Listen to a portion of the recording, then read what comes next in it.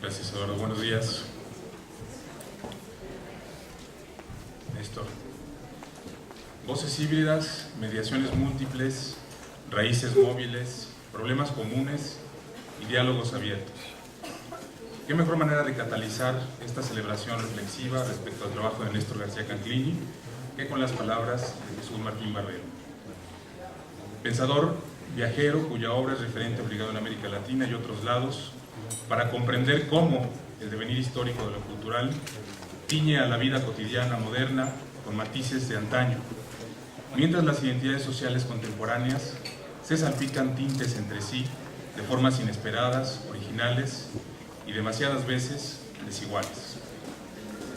La comunicación y sus varias mediaciones sociotecnológicas no nos pintan a todos del mismo color.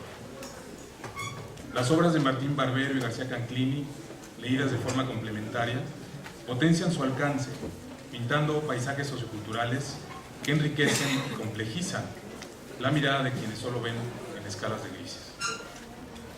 Jesús Martín Barbero nació en Ávila, España, en 1937. Estudió Filosofía y Letras en la Universidad Católica de Lovaina, Bélgica, donde se doctoró en 1971.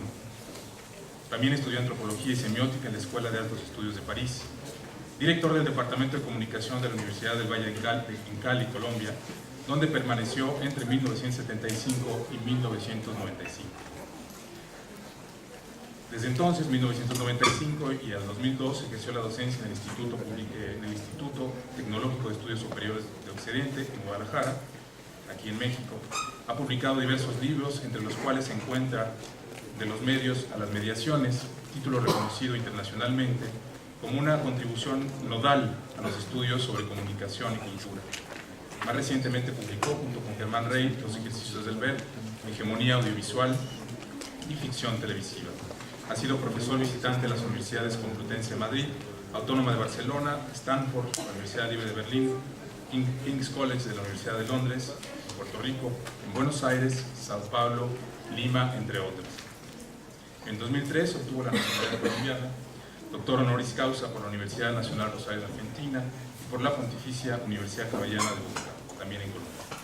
Ha sido presidente también de la ALAIC, Asociación Latinoamericana de Investigadores de la Comunicación, miembro del Comité Consultivo de la FACS, Federación Latinoamericana de Facultades de Comunicación Social, y es miembro del Comité Científico de Infoamérica, entre otras varias afiliaciones y contribuciones institucionales. Profesor, bienvenido. Adelante.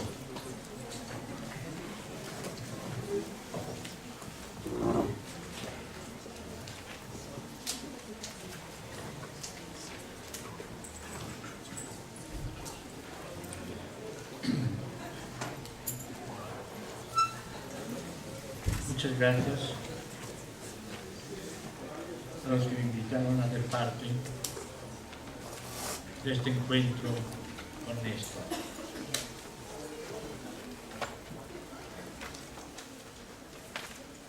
Lo que yo voy a hacer es en cierta medida una mezcla de crónica, exilios, destierros, encuentros, desencuentros, reencuentros, con mezcla de un mapa. Y ambos, tanto la crónica como el mapa, van a estar mezclados, son la crónica y el mapa de una amistad de casi 30 años.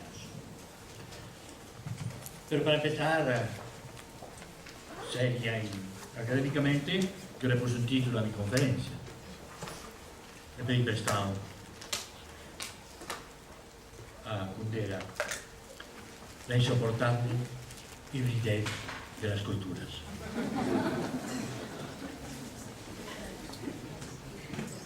Entonces voy a trazar un poco los jalones que fueron a la vez, han sido a la vez, son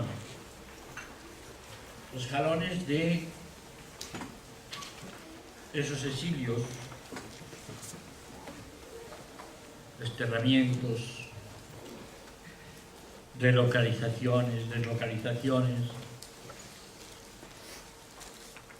Y por tanto, una cierta crónica.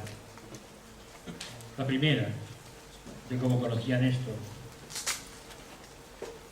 En el año 80, yo me fui a hacer un año sabático a Madrid, mi experiencia postfranquista, con mis hijos pequeños y mi esposa, y justo el señor Néstor fue a Medellín a un encuentro de arte, y una alumna mía se llevó el primer número que habíamos publicado de Talleres de Comunicación, a mi mimeógrafo, claro, nuestra primera revista del Departamento de Ciencias de la Comunicación de la Universidad del Valle en Cali, que yo había ayudado a crear, y allí estaba la primera publicación de un resumen apretado de una larga investigación con la que yo entré al campo de comunicación, que después salió publicada en un libro que coordinó Máximo Simpson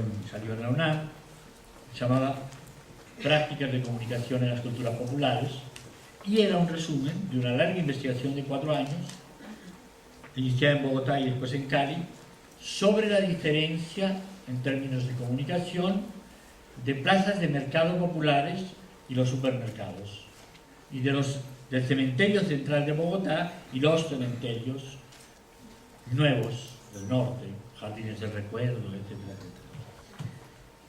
Néstor se llevó ese texto y al año siguiente yo me encontré con que me llegaba el libro Las culturas populares en el capitalismo, que me lo enviaba Néstor dedicado. Para mí fue una enorme sorpresa, porque mi amiga fue después que me contó que ella era la que le había llevado a Néstor, ya salió a contarme que ella ha sido la que nos había puesto en contacto.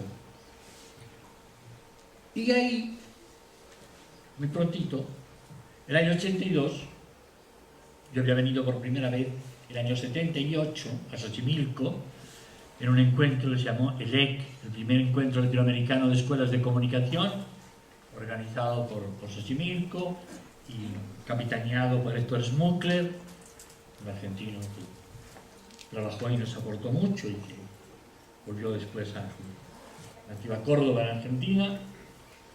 Y el segundo fue un encuentro, también en Xochimilco, organizado sobre Estado, Sociedad y Culturas, en el que conocí a Chirese, a María Signorelli. Fue un encuentro internacional realmente memorable.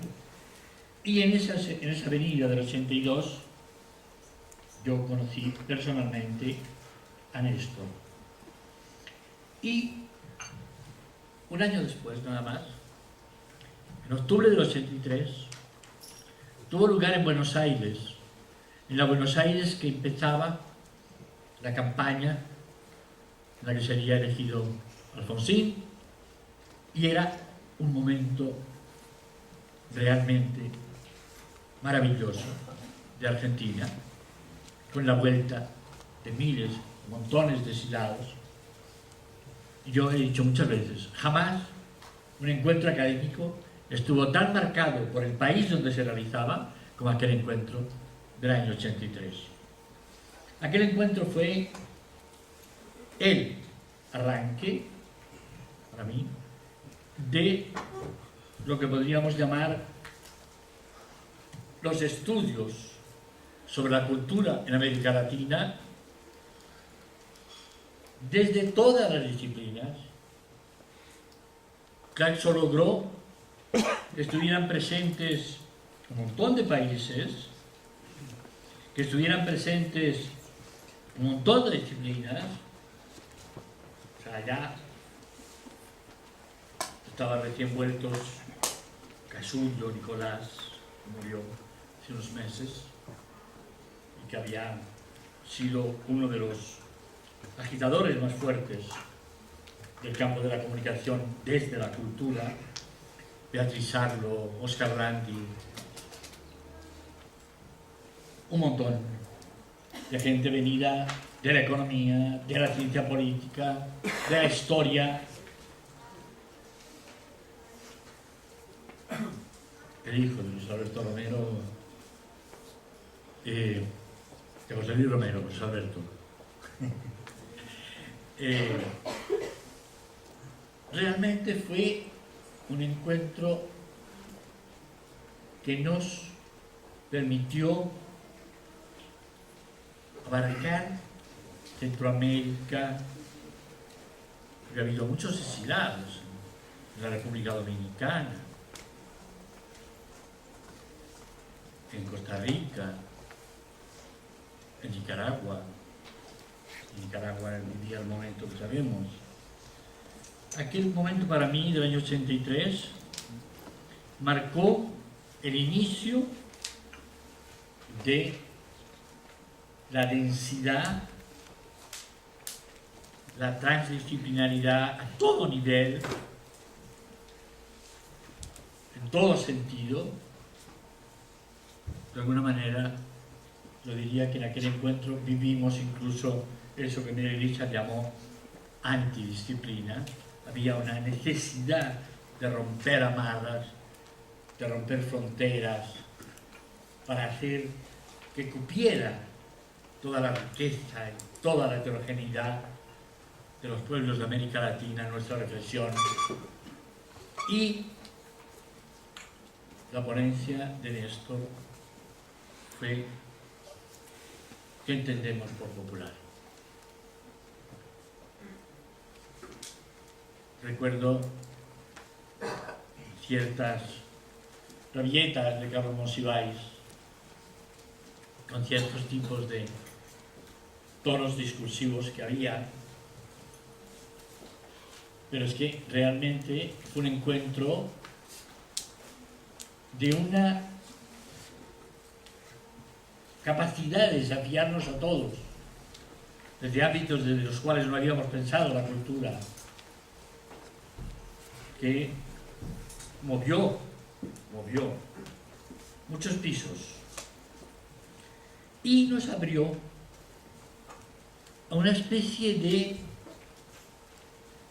banda ambulante que a partir de entonces empezamos a aprovechar montones de otros tipos de encuentros con otros temas para reunirnos. Pero durante mucho tiempo no eran encuentros que nosotros armábamos, sí armamos, pero también propiciado por un encuentro de colombianistas y americanistas en Bogotá el año 85, en el que el IPAL acababa de crear Rafa Roncayolo de vuelta a Lima, y el CINEP, un centro de investigaciones de Bogotá, de educación popular. Hicimos un encuentro que marcó el paso. El de Claxo fue Comunicación y Culturas Populares. El que hicimos en el 85 en Bogotá fue ya Cultura Transnacional y Culturas Populares. Yo les recomiendo que busquen el libro que salió después de 2 años, las dificultades para publicar en aquel entonces, y lean el texto primero, es un texto de Néstor, que es un mapa para investigar esta relación entre nuestras culturas populares y lo que llamamos ya la cultura transnacional. Yo no sé si Néstor recuerda bien ese texto, pero ese texto fue el arranque, lo que de alguna manera nos permitió comenzar a trabajar juntos a mucha gente, porque el libro fue un mapa de teoría y de método, y una agenda sobre los objetos que había que construir, porque eran no solo los más urgentes, sino los más estratégicos en la relación entre comunicación y cultura, entre culturas y transnacionalización, que fue el primer nombre de la globalización. Y creo que ese mapa nos convocó.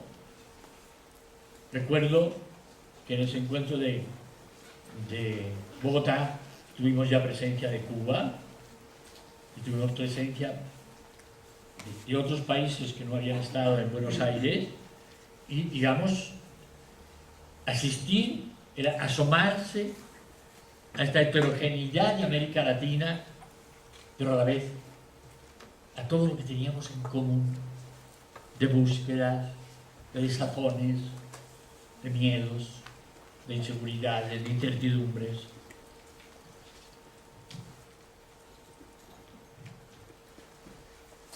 Después hay otro momento para mí personalmente clave, y es cuando el grupo que se había formado en Claxo sobre políticas culturales, con Brunner, con José Joaquín Brunner en Chile, con Oscar Landi en Buenos Aires, con Rafa y Peirano en Lima, con dos antropólogos brasileños. Nos reunimos en Bogotá con invitación de lo que se llamaba entonces Colcultura, el Instituto Nacional de Cultura, para construir un poco el modelo de investigación de consumos. Hay otro encuentro que fue fundamental, que tiene que ver de alguna manera con el brinco que dieron los estudios sobre culturas en América Latina, y fue en esta universidad, en abril del año 93, coordinado por Néstor y Jameson, el primer encuentro interamericano de estudios culturales,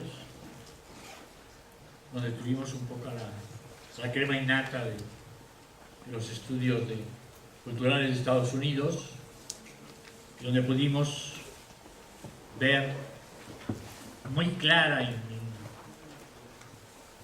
muy confrontadamente las enormes diferencias, empezando porque la mayoría de los estudiosos de cultura en América Latina veníamos de las ciencias sociales.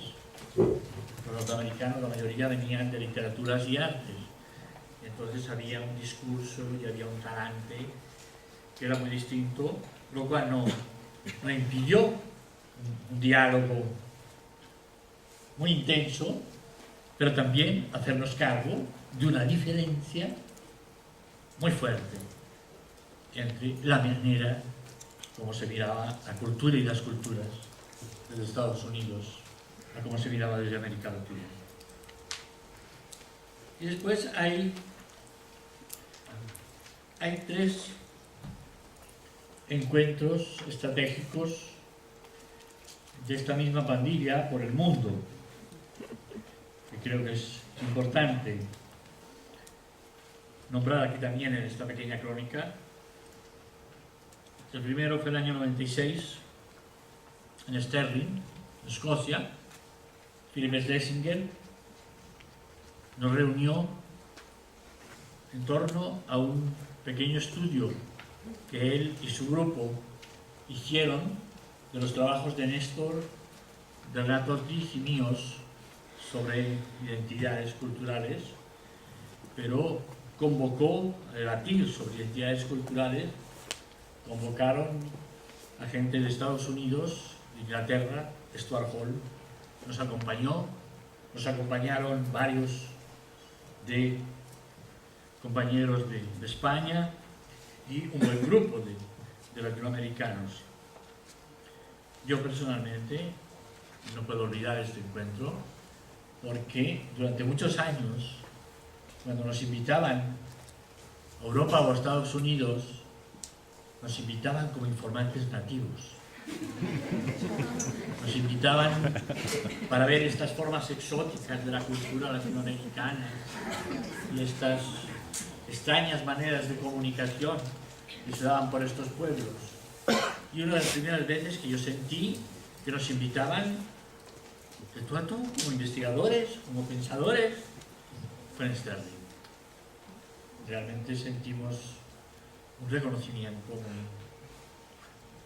muy extraño, y cada vez era lo que el señor rector dijo con palabras tan justas esta mañana de un rato, esta presencia de América Latina en el mundo en contra de eso que con tanta gracia Apadurey ha llamado los que seguimos mandando materias primas intelectuales a los molinos teóricos del norte. Hay un segundo encuentro estratégico, fue el que organizó el BID en París en el año 99, antes de su asamblea de banco, hizo un seminario sobre desarrollo y cultura. Y allí nos volvimos a encontrar una parte de la panda latinoamericana, oyendo por primera vez que el jefe de un banco reconocía la tragedia que había supuesto por la cantidad de inversión que se había perdido en América Latina el no haber tenido en cuenta la variable cultura. Y estaba hablando, en buena parte, mucho más a ministros de Hacienda, porque fueron muy pocos los ministros de Cultura que acudieron. Recuerdo, fueron mucho más, que estaban invitados también los ministros de Cultura, pero estaban los ministros de Hacienda. Y dijo, empezamos a reconocer que realmente la ausencia de la variable cultura, de cultura política, de cultura organizacional, de cultura, la gestión, no haber tenido en cuenta las culturas, ha hecho que nosotros desperdiciáramos montones de inversión, porque no subimos a quién teníamos que saberlo entregar, cómo, con qué condiciones teníamos que haber puesto a los ministros de Hacienda. Y entonces hizo un discurso estratégico sobre la cultura como variable clave de toda inversión para el desarrollo y la cultura como recurso económico en América Latina en términos de empleo, y un ámbito de empleo enorme. Y además, él mismo añadió, los que trabajan en cultura no tienen horarios, así que es un campo estratégico en términos de rentabilidad.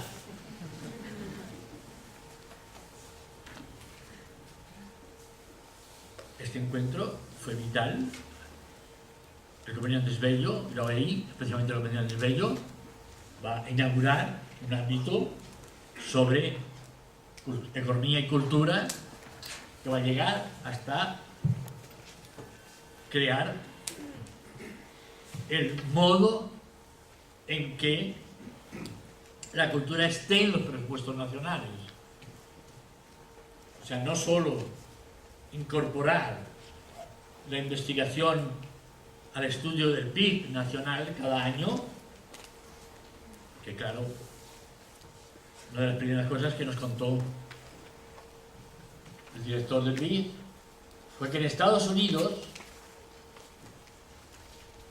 el tanto por ciento del PIB en cultura solo le ganaba a la cultura la industria aeronáutica, pero no sola la de los aviones ni sola la NASA, sino juntas las dos eran las únicas que ganaban a la cultura en el PIB norteamericano.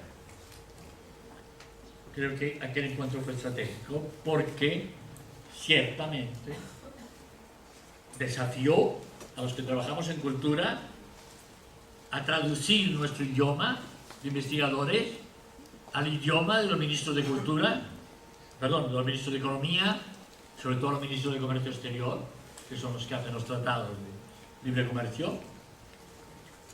Y por tanto creo que ahí hubo una presencia que ha tenido sus repercusiones después en Europa.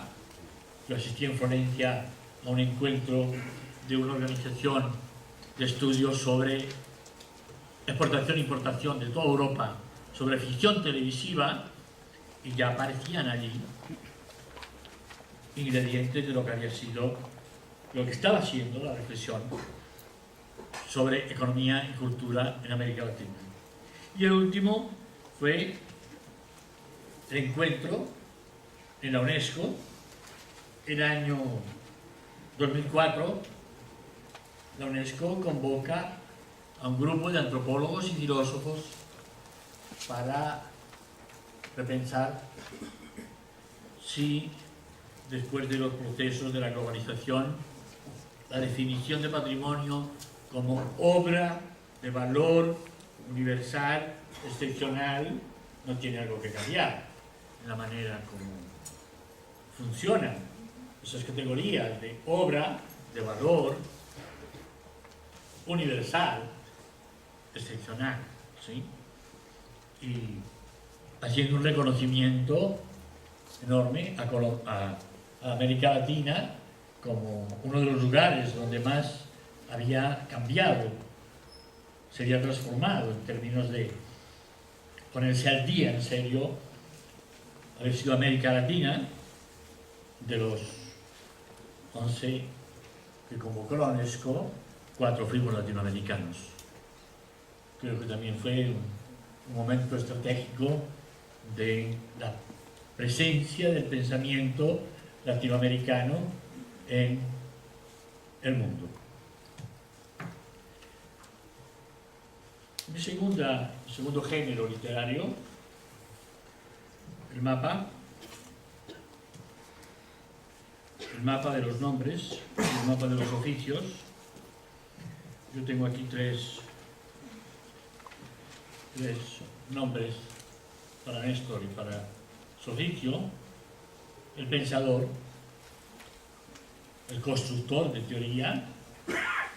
En segundo lugar, tengo el coleccionista de ovnis, una palabreja que las he inventado, de objetos culturales no identificados, que el año pasado tuvo un hijo, una transmutación en los OSPIs, objetos sociológicos poco identificados.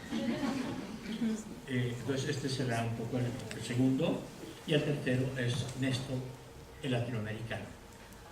Evidentemente el tiempo es muy cortito y ustedes van a, evidentemente, perdonarme que haga, no tengo más remedio que acudir al impresionismo para hacer esto. O sea, no puedo dibujar y después pintar, tengo que dibujar con el color de una vez. Yo quisiera traer aquí un par de párrafos del texto que nos mandó Néstor a mi hijo y a mí cuando murió Paul Ricoeur.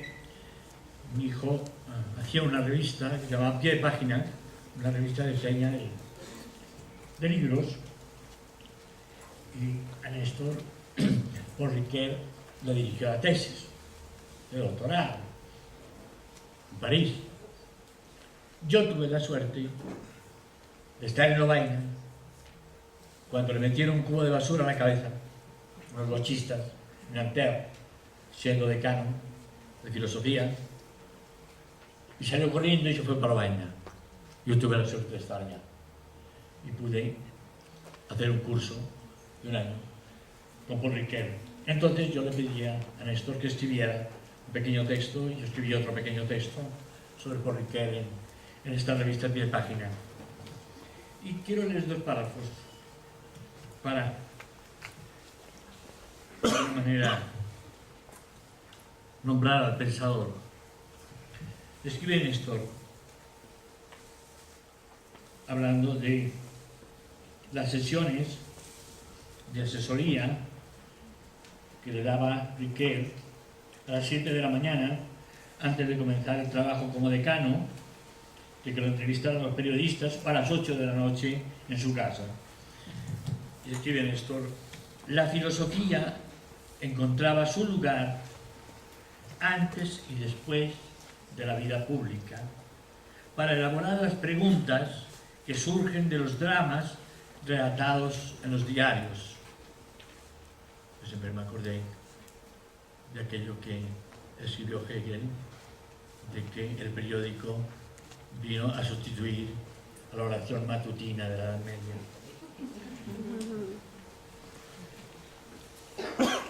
filósofo encontraba su lugar para elaborar las preguntas que surgen de los dramas relatados en los diarios, después del Holocausto, de Argelia, de Bosnia. Cómo definir una política de la memoria capaz de guardar el recuerdo de los crímenes y hacer lugar al perdón o a cierta forma de convivencia. ¿Qué tipo de memoria y de olvido necesitamos para no borrar lo sucedido? No es extraño que los textos de sus últimos años sobre estos temas aparezcan citados con frecuencia en estudios de Argentina y Chile y otros países que sufrieron dictaduras, cuando se analiza el quehacer con los culpables del terror.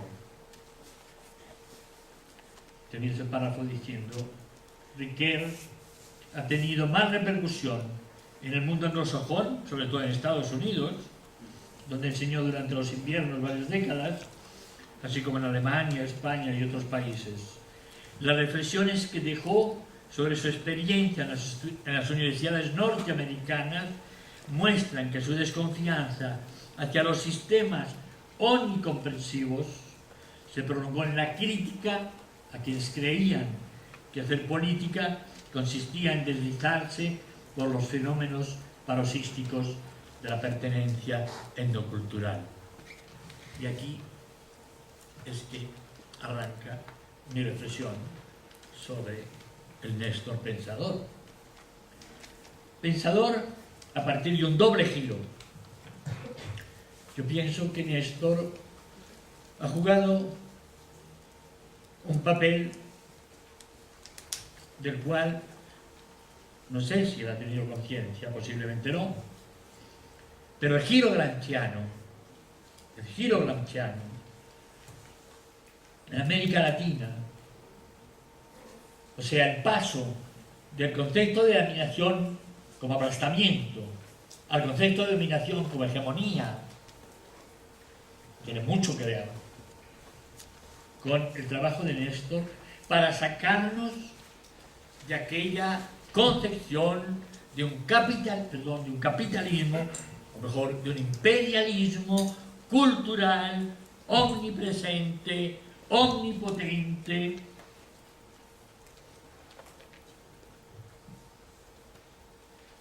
cuya herramienta era la ideología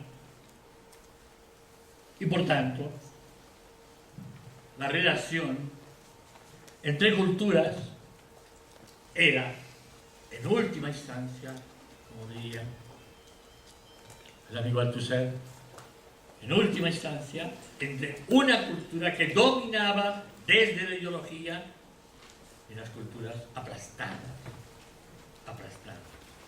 por la dominante. Pienso que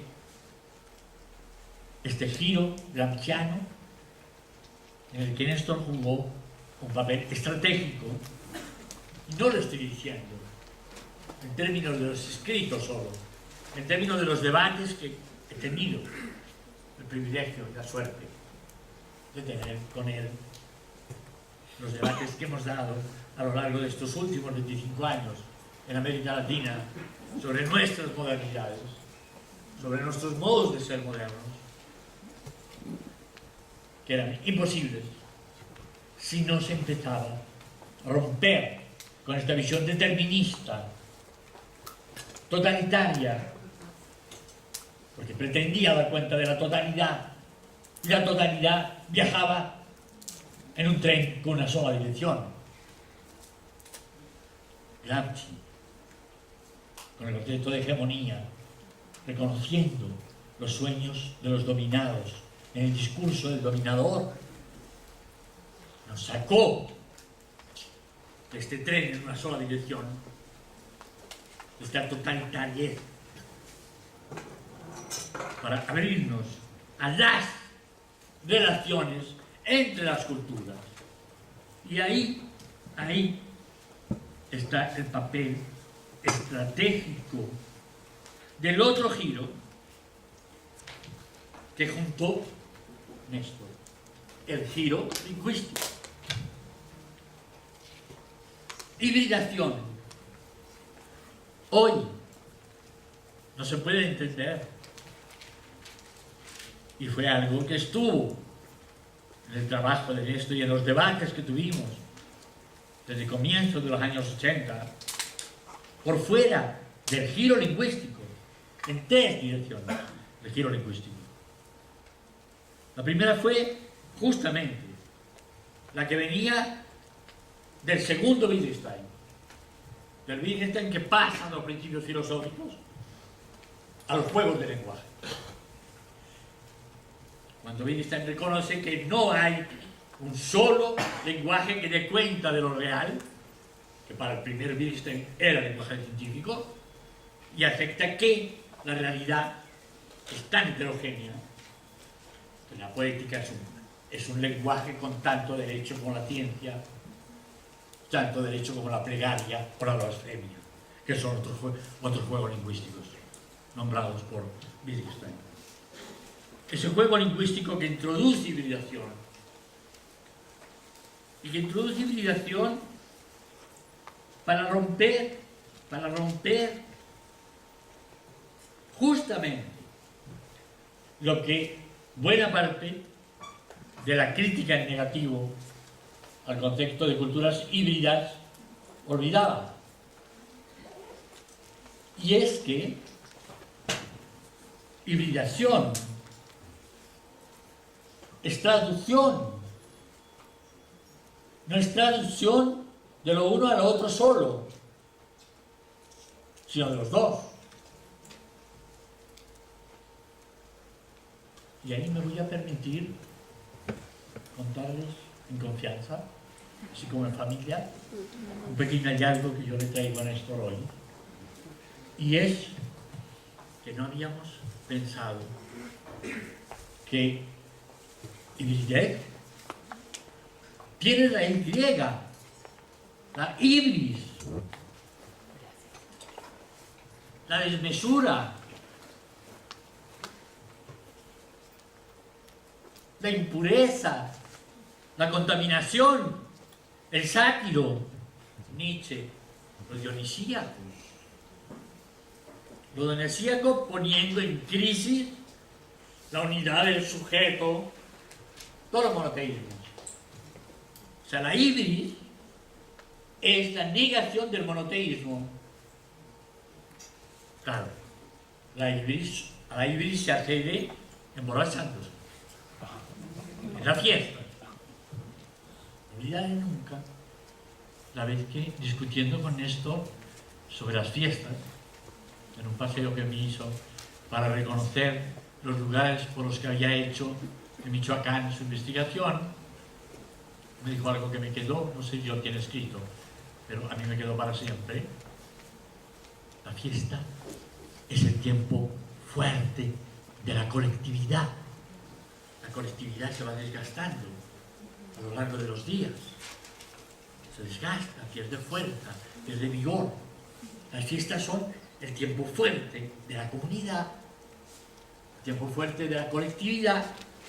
Pues bien, la fiesta es el tiempo del sátiro, que es mitad macho cabrío y mitad ser humano. Y lo curioso es que de un lado los hay con cabeza de hombre y de la mitad para abajo de macho cabrío, y al revés, con cabeza de macho cabrío y la mitad para abajo de hombre.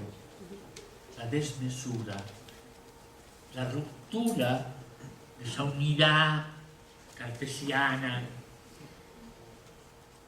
cristiana, hebrea, todos los monoteísmos que han legitimado la intolerancia y el fanatismo, y que hoy no solo lo toleran, sino que lo proclaman, desde la política de Bush a las condenas que Juan Pablo II hizo de los teólogos brasileños o de Jaskin.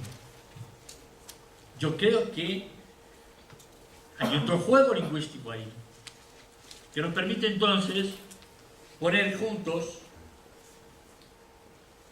la intuición de Néstor con toda la elaboración de Wittgenstein, de Bakhtin sobre la literatura dialógica, sobre el discurso dialógico, como la literatura no es monoteísta tampoco, no es autista, es dialógica, se mezcla, acaba con las impurezas, con las purezas que pudieran quedar. ¿Qué cultura fue pura? ¿Qué cultura no es bastarda? ¿Qué cultura no tiene putas y obispos por la mitad de su genealogía? Y por tanto, con Michel Serres y su obsesión por reintroducir en la filosofía occidental el tercero excluido, sé que no cabe ni en el monoteísmo ni en el binarismo maniqueo que nos viene de la tradición hebrea. Ahí estalló todo eso.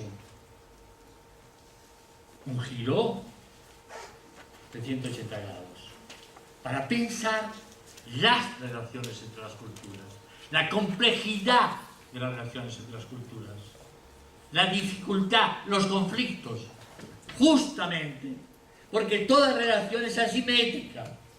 Si lo es entre pareja, si lo es entre padres e hijos, ¿cómo no va a ser asimétrica la relación entre culturas? Cuando le han cuestionado a Néstor que esa hibridación disimulaba, opacaba la simetría, no estaban entendiendo.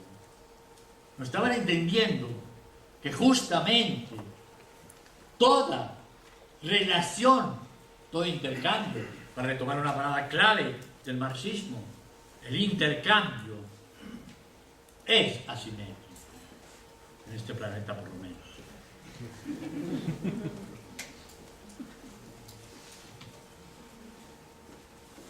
Pero ese giro introdujo otros dos conceptos claves. Pensar la globalización en sus relatos, la globalización imaginada, o sea, de la comunidad imaginada, una comunidad que se hace, según Anderson, entre la prensa y la novela. Ahora, los relatos. El primero que pensó que para entender la globalización había que estudiar sus relatos, sus imaginarios, pero sus relatos. Y justamente esta globalización imaginada, esta globalización narrada, que no es pura ideología, ni tecnología, ni un mero avatar de la economía,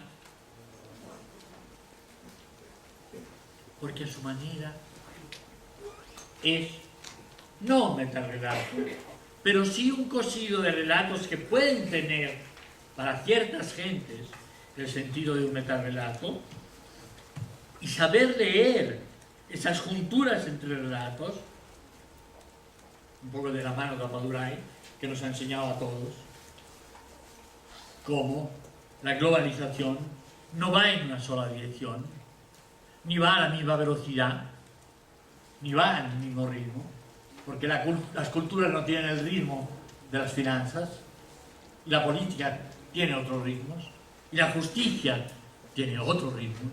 La primera figura, el pequeño esbozo de esa gobernanza que no sea un Estado mundial, pero tampoco sea este desastre que es la ONU, es el Tribunal Penal Internacional. Es su primer esbozo de lo que podría ser algo en lo cual pudiéramos tener una globalización emancipadora, porque jugara en serio con los derechos humanos básicos de todos los seres humanos, de todas las culturas que hoy están potenciadamente en conflicto. Y la tercera, para muchos, quien nos abrió los ojos primero a las trampas del multiculturalismo a las trampas de una concepción de culturas que estallan, implosionan, se refugian y ven en el otro al enemigo. Primero que empezó a llenar de contenido político al concepto de interculturalidad, de política de interculturalidad, que no está pensando en un concepto académico, sino en un concepto político, que hace parte de una agenda política, aunque sea objeto también de estudios académicos. Para mí está en desiguales, diferentes y desconectados. Enumero solamente algunos de los objetos culturales no identificados que empezaron a tener un cierto rostro. Los consumos culturales. Y lo que más tenemos que agradecerle a Néstor es que consumos culturales para Néstor fueron tanto el consumo de los museos como de las salas de cine. O sea, no era el consumo culto, era el consumo ciudadano, de los ciudadanos, y por tanto el consumo de los medios. Y últimamente yo tengo ya una pequeña colección de textos, debería armar un libro posterior al del último de lectores, consumidores y internautas sobre cómo leen los jóvenes hoy, a partir de la reflexión que hizo Néstor a la encuesta nacional en México sobre lectura, la manera como desde su contexto de consumo le ha entrado a los nuevos modos de leer que están atravesados por todo lo que enumeró él hace un rato, por la informalidad de los jóvenes, por la piratería de los jóvenes, pero también por la creatividad de los jóvenes.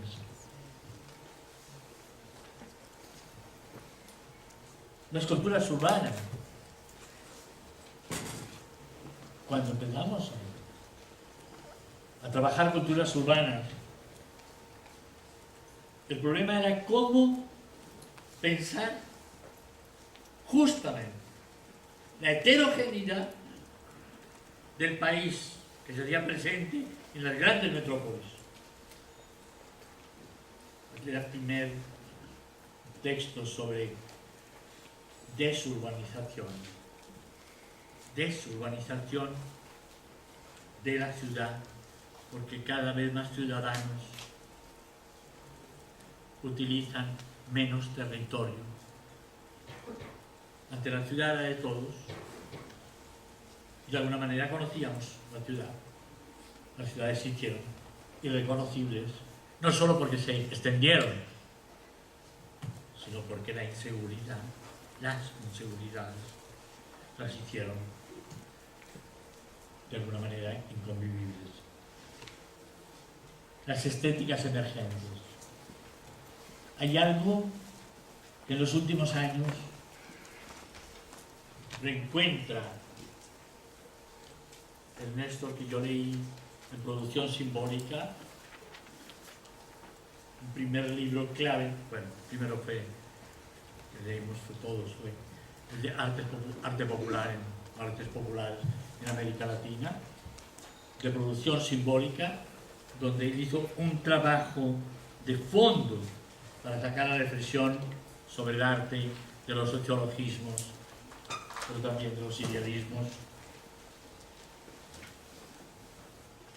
Y finalmente, el latinoamericano.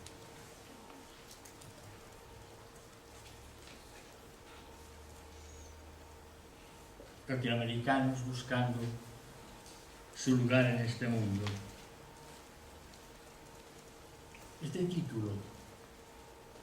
este título contiene en buena medida un cierto punto de llegada de toda la obra de Néstor, especialmente de un oficio que ha cumplido y es el hacedor de agendas, el trazador de agendas. Néstor ha coordinado, tengo por ahí, con 10 o 15 libros sobre América Latina, sobre Iberoamérica 2000, y los otros hacen estudios sobre temas particulares. En esos libros, Néstor se los lee, los artículos, las investigaciones de otros, y nos hace la agenda para ir más lejos. Yo pienso que en ese libro, Latinoamericanos buscando su lugar en este mundo, su lugar en el mundo, está el empate del Néstor, filósofo, sociólogo del arte, crítico de arte, y del antropólogo, del estudioso de la ciudad. Hay un texto que él me mandó, no sé dónde ha salido: migrantes, los que tienen el oficio de las metáforas. Solamente les quiero decir que entre el título de Latinoamericanos buscando su lugar en el mundo, es esto.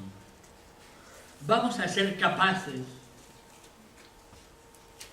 de pensarnos a nosotros mismos, de reinventarnos a nosotros mismos, porque si no, otros nos van a poner en el mundo, otros nos van a reinventar funcionalmente a los que los amos del mundo que los tienen.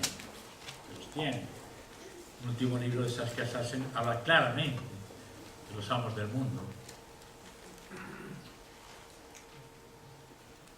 Llega justo ahí, a hacerse cargo de las metáforas estratégicas de lo latinoamericano,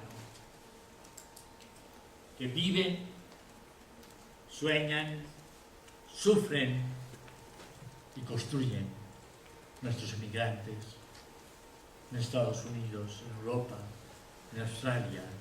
Ellos son ya un lugar de lo latinoamericano en el mundo.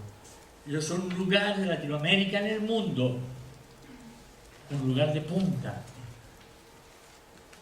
Esto de que Néstor comience a leer la metáfora de nuestro lugar en el mundo a través de los migrantes me hace pensar en algo que creo ha sido clave en nuestra amistad de estos años, y es que compartimos con Benjamin que lo que merece, primero con Gramsci, que solo se investiga lo que a uno realmente le afecta. Esto escribió Gramsci. Uno solo investiga de verdad lo que tiene que ver con uno, lo que le toca a uno. Y Benjamin diciéndonos, como buen judío ateo, necesitamos esperanza. Yo cada vez más le digo a mis alumnos, yo no investigo sino lo que me da esperanza, porque para el otro mejor me pego un tiro. Gramsci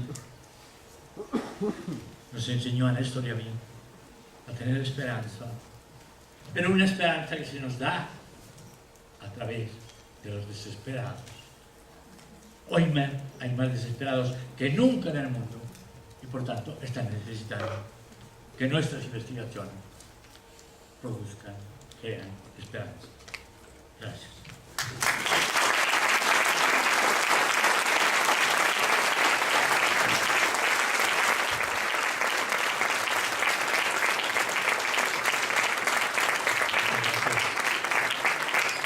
Gracias, profesor.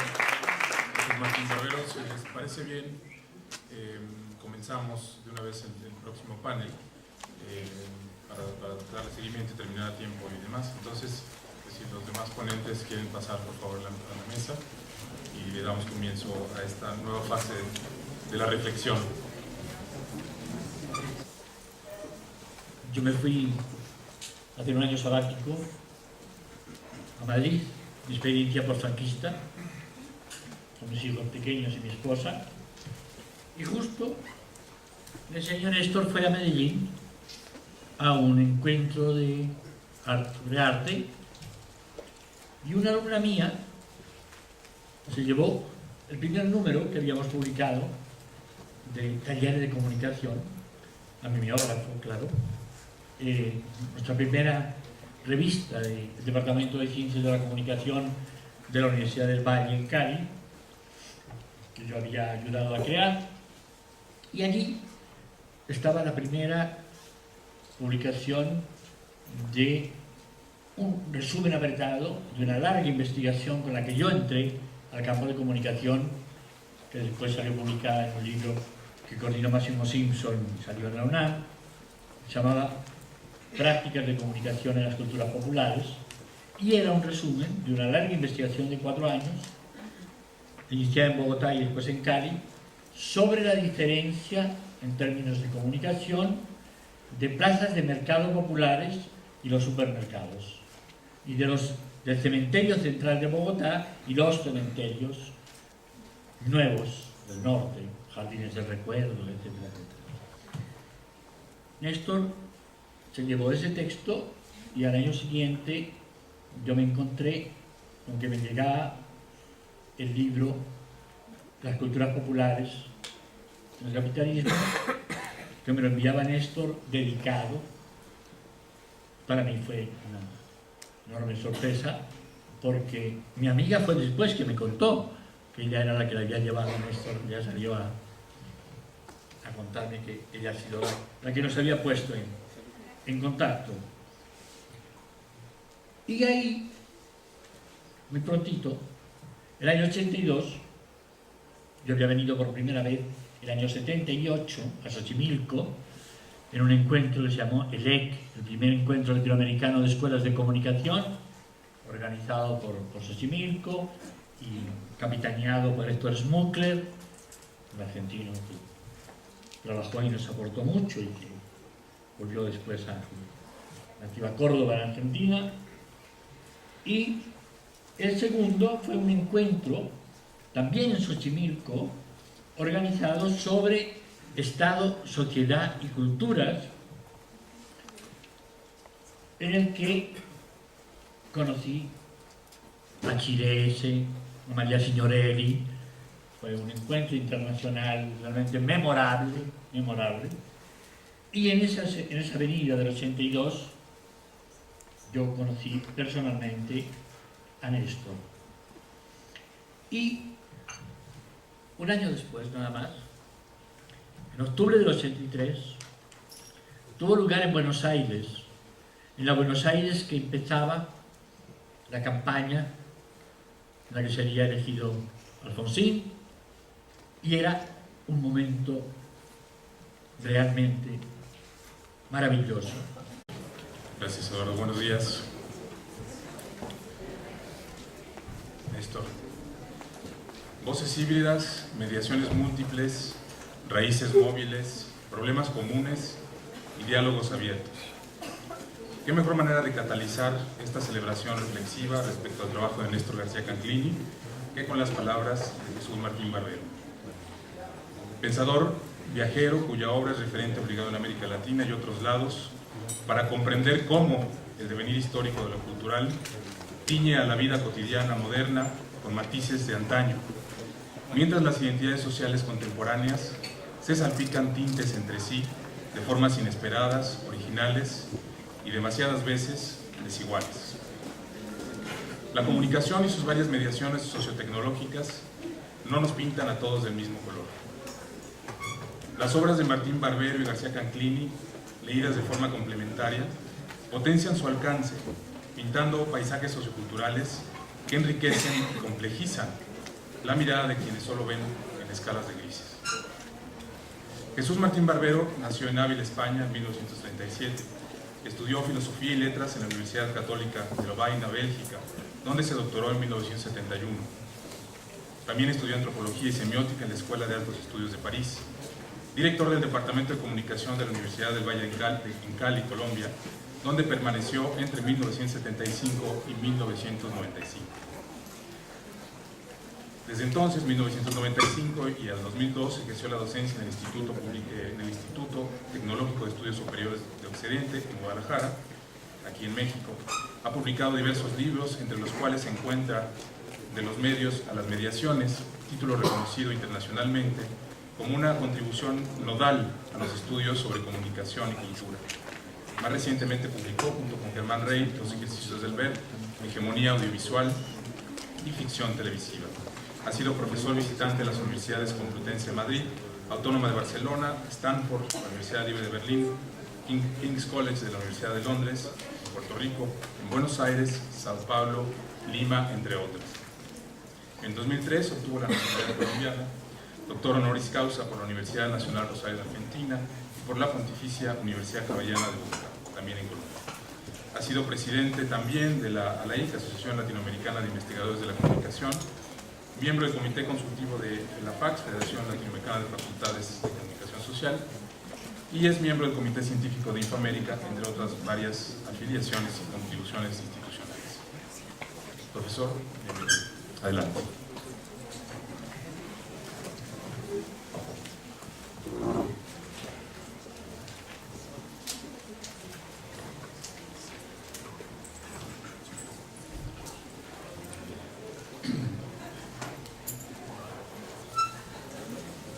Muchas gracias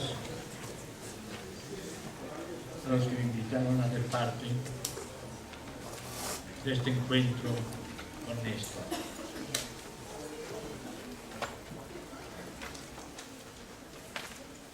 Lo que yo voy a hacer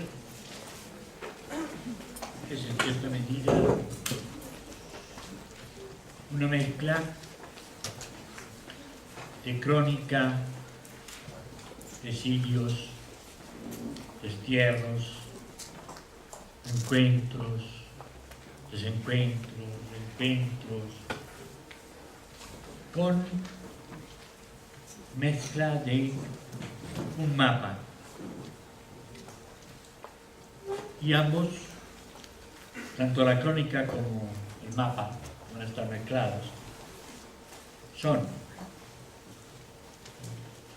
la crónica y el mapa de una amistad de casi 30 años. Pero para empezar seria y académicamente, yo le puse un título a mi conferencia.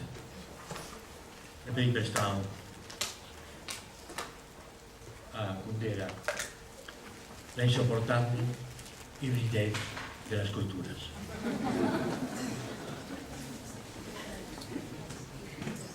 Entonces voy a trazar un poco los jalones que fueron a la vez, han sido a la vez, son los jalones de esos exilios, desterramientos, relocalizaciones, deslocalizaciones,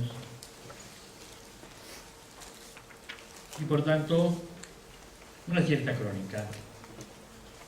La primera, de cómo conocía a Néstor. El año 80,